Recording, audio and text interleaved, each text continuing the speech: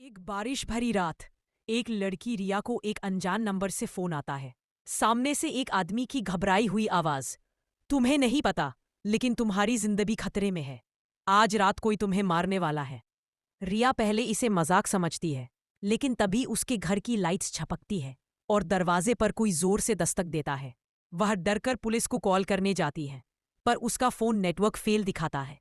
अब खेल शुरू होता है। रिया अपने घर की जांच करती है, सब कुछ शांत है, लेकिन अचानक सीसीटीवी स्क्रीन पर एक काला सा साया दिखता है जो उसकी खिड़की के पास खड़ा है।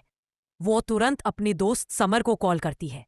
समर पहुंचने का वादा करता है और कहता है, दरवाजा मत खोलना, मैं 10 मिनट में आता हूं। रिया छुपने के लिए किचन में जाती है।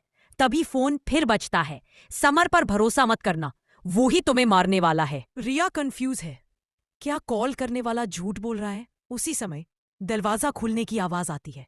समर आ चुका है। समर कहता है, रिया बाहर आओ, मैं हूं, डरो मत। पर रिया को कॉल की बात याद आती है। वह समर को देखती है, उसके हाथ में एक छुरी है।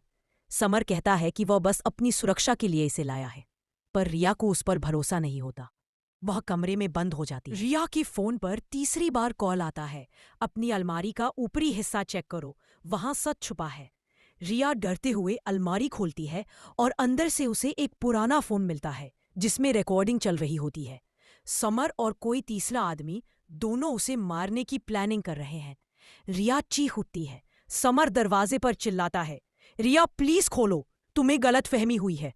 पर तभी घर में एक और अजनबी कदम की आवाज गूंजती है। रिया खिड़की से भागने की कोशिश करती है, पर वही काला साया उसके सामने आ खड़ा होता है। वह कहता है, मैं तुम्हें बचाने आया था, पर तुमने देर कर दी। उसकी आंखों में लाल रोशनी चमकती है। वह रिया पर हमला करने वाला होता है कि पीछे से समर आ जाता है और उसे रोक देता है।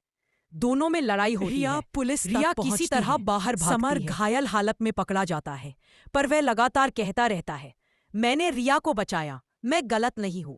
लेकिन पुलिस जांच में पता चलता है, जो रहस्यमय कॉल करता था, जो सीसीटीवी में दिखता साया, जो पुरानी फोन वाली रिकॉर्डिंग, सब कुछ एक ही व्यक्ति ने किया था, समर ने।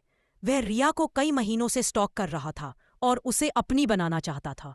जब रिया उससे दूरी बनाने लगी तो उसने डर और सुरक्षा का पूरा खेल रचा ताकि वह रिया की जिंदगी में हीरो बनकर वापस आ सके। लेकिन सब उल्टा हो गया। अंत में रिया एक लाइन बोलती है, कभी कभी सबसे खतरनाक दुश्मन वही होता है जिस पर हम सबसे ज्यादा भरोसा करते हैं। Thanks for watching.